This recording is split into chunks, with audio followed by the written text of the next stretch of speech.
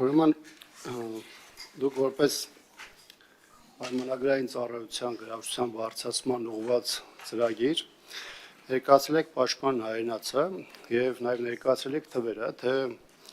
ըստ էության մեկնարկից ի վեր, եթե ճիշտ եմ հասկանում, այսինքն 22 թվականին, երբ որ ընդունվեց այդ օրենքը, դրանից հետո 4200, շուրջ 4200 զինծառայող, 4225 զինծառայողի ներգրավության մասին եք խոսել։ Բնականաբար այս տեսանկյունից դուք ներկայացրել եք այն թվերը, որը ըստ ձեզ կամ ըստ կառավարության հնարավորություն է տալիս գնալու այս փոփոխությունները, այսինքն 6-ամսյա ժամկետի կրճատման։ Այս տեսանկյունից, եթե դուք ներկայացնում եք այդ թիվը, որպես այսպես կոչված դրական բալանս, ես կարծում եմ նաև այստեղ մի քանի այլ թվեր պետք է ներկայացնեք, որպեսզի պայմանական 22-25 ժամանակահատվածի համատեքստում երևա այսպես կոչված դրական բալանսը։ Մասնավորապես 22-ից 25 թվականների ընթացքում առհասարակ պայմանագրային ծառայության համակարգում պաշտպան հայրենացը մի կողմ դրած որքան մարդ է օրինակ պայմանականորեն լուծել պայմանագիրը կամ չի երկարաձգել պայմանագիրը կամ այս տեսանկյունից մարտական հերթապահություն իրականացնող զորամասերում որքան է կազմում համալրվածության աստիճանը։ Ինչ եմ ես ասում, ես մեկ այլ պայմաններում միգուցե սա չակնկալեի ձեզանից, եթե դուք օրինակ չներկայացնեք այդ 4200 թիվը, որովհետև այս ընթացքում ես ինքս հետևել եմ այս ծրագրին, դա որպես կանոն փոխանցվել է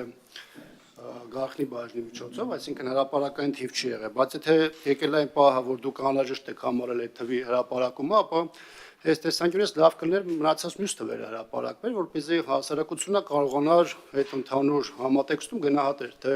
դրական բացական համատեքստը որն է եղել։ Մեծ առումով նաև զորակոչի հետ կապված թվերը չի հրապարակվում, ռազմական գաղտնիք է համարվում, չգիտեմ, եթե նույնիսկ դրա անհրաժեշտությունը կա կամ այդպես չի համարվում, նաև անհրաժեշտ է հրապարակել, թե միջին ասված 1 տարվա ընթացքում, 1 զորակոչի ընթացքում ինչքան մարդ է զորակոչվում զինված ուժեր, որպեսզի հասարակությունը կարողանա գնահատել, թե ձեր ներկայացած թվերը կամ ծրագրերը եւ իմ ասած հանգամանքները ընդհանուր առմամբ դրական թե բացական սալդո են առաջացնում։ Գիտեք, առաջին տեսանկյունից սա հանրության համար ժամկետի կրճատումը ընկալվել է որպես դրական քայլ, կամ ինչպես դուք եք ասում, հանրությանը հաճելի բան է եղել, այդ նախաձեռնություն ա եղել, բայց երբ որ մարդը սկսում է արդեն նաև որոշակի սառը դատողությամբ դիտարկել, արդեն սկսում է մտածել նաև այն մասին, թե այս փոփոխությունը կամ պարտադիր ժամկետային ծառայության այդ ժամկետի կրճատումը միջնաժամկետ կամ երկարաժամկետ կտրվածքով իր անվտանգության կամ իր անվտանգության միջավայրի վրա ինչ ազդեցություն ունենալու եւ իմ հարցադրումը ես այս համատեքստում եմ ձեզ ներկայացնում։ Խնդրեմ, պարոն նախարար։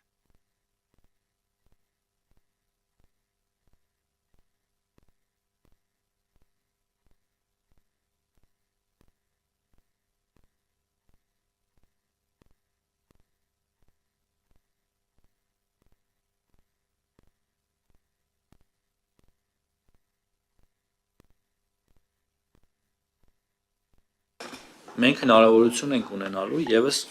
3 զորակոչ, այսինքն ամառային զորակոչը, ձմեռային զորակոչը առաջիկա եւ հաջորդ ամառային զորակոչը պաշտպան հայրենիացի համար որպես հավելյալ ավելացման հնարավորություն, այսինքն մենք նաեւ մոտավոր հաշվարկ ունենք, հաշվի առնելով նախորդ տարիների տենդենսը, ինչ համալրում կունենանք արդեն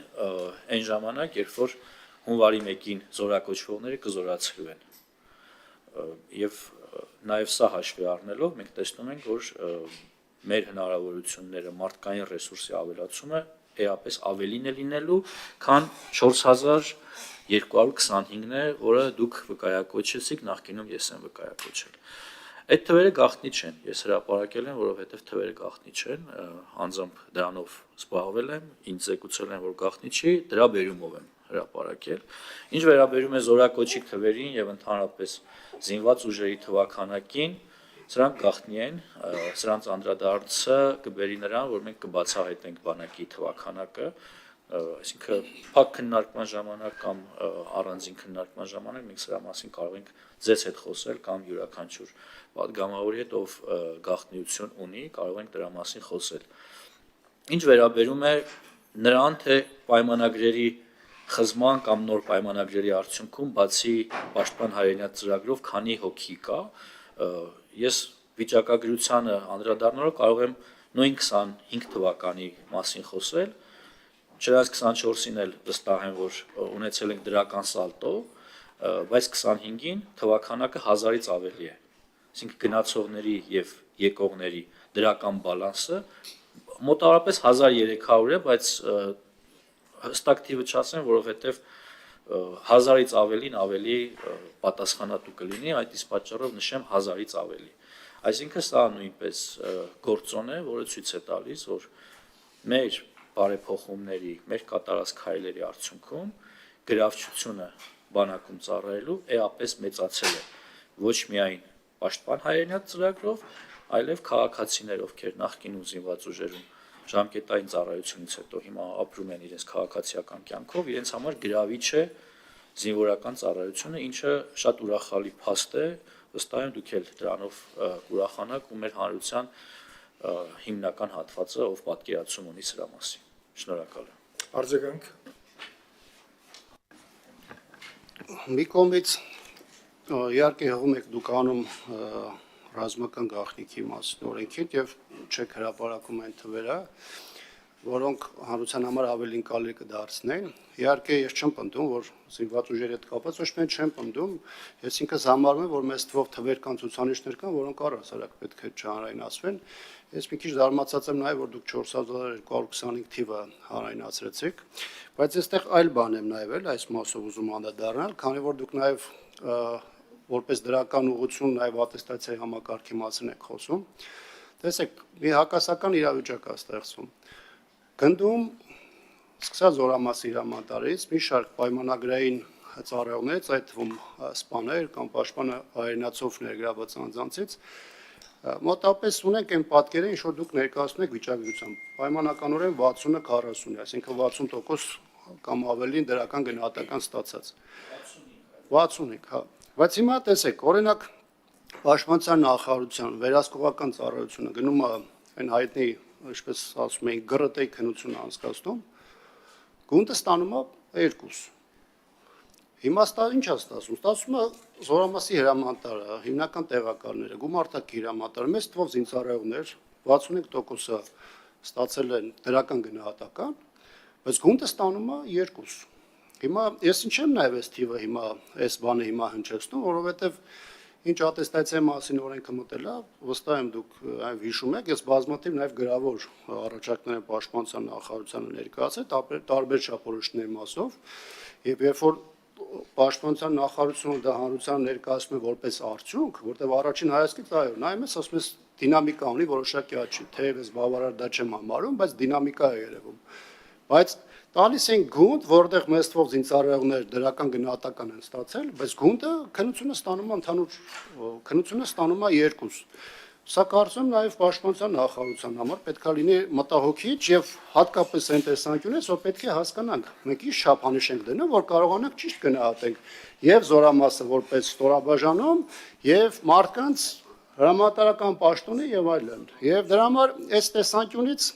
կարծում եմ, որ երբ որ մենք ատեստացիայի նաև գործընթացն ենք ներկայացնում դրա ձեր ներկայացած դրական համատեքստում, այստեղ կան խորքում նաև մեծ թվով խնդիրներ, որոնք այդ չափորոշիչներով ներկայացված են եւ ամբողջությամբ իրավիճակը չեն արտացոլում։ Պարոն նախարար, բարձրաբանում տվեք, որովհետև հնչեցված տեսակետը իրոք բարձրաբանման կարիք ունի, որովհետև ասենք առաջ։ Բարձրաբանման կարիք ունի, բարձրաբան է, որևէ խնդիր չկա։ Սա իրականում մասնագետները ավելի լավ կհասկանան, վստահ եմ սեղանի շուրջ գտնվողների մի հատվածը միայն կհասկանա ինչի մասին է խոսքը, բայց պարոն Աբրահամյանը շատ լավ գիտի ինչի մասին է խոսում։ Խոսքը նրա մասին է, որ զինվորի անհատական պատրաստությունը կամ նրա ստացած գնահատականը, երբ գնդի ամբողջական պատկերն են գնահատում, իսկ մեր գնահատման համակարգը այնպիսին է, որ եթե անգամ զորամասի հրամանատարը կամ իր հիմնական ստորաբաժանումները լինեն ֆիզիկական եւ գիտելիքներով համալրված ամենաբարձր աստիճանի, բայց օրինակի համար։ Գունդը համալրված չլինի օրինակի համար։ Մեքենայով համալրված չլինի դասակի հրամանատարության ամբողջական կազմով, այսինքն հաշվի է առնվում սկսած հաստիքացուցակից, համալրումից, մինչև այդ մարդկանց ֆիզիկական պատրաստվածություն։ Իհարկե կարող են լինել եզակի դեպքեր, որտեղ գունդը կարող է ստանալ անբավարար եւ հետո հնարավորություն ունենա գնահատվի նաեւ լավ, գնահատվի բավարար կամ գերազանց։ Ու բնական է, որ մենք սրան արհեստականություն չպիտի հաղորդենք, պարոն Աբրահամյան։ Շատ հեշտ է փոխել չափորոշիչները, ասել գնահատում ենք արկա վիճակով ու բոլորը ստանան լավ ու գերազանց։ Բայց մենք գնում ենք նրան, որ մեր բանակի մարտունակությունը լինի ամենաբարձր աստիճանի ու շատ նորմալ է, որ կարող են լինել դեպքեր, երբ գունդը կարող է ստանալ մի գնահատական, հետո փոփոխությունների, վերապատրաստումների արդյունքում ստանալ այլ գնահատական։ Սկսած նրանից, որ գունդը կարող է բերել պայմանական կարմիր աստիճանի եւ գնդի գործողությունների արդյունքները գնահատվեն անկախ նրանից,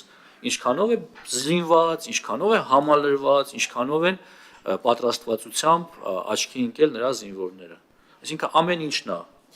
գնահատվում եւ սա ըստ էության ատեստավորման հետ որևէ աղերս չունի, դուք դա գիտեք։ Շատ լավ, պետք է ընդունենք, որ ծածկադմփոս չունենք։ Ամենակարևոր ձեռքբերումներից մեկը դա է։ Անհատական մոտեցումները ատեստավորման համաձայն անհատական մոտեցումներ են եւ պատրաստվածության մակարդակը։ Իհարկե։ Շատ լավ։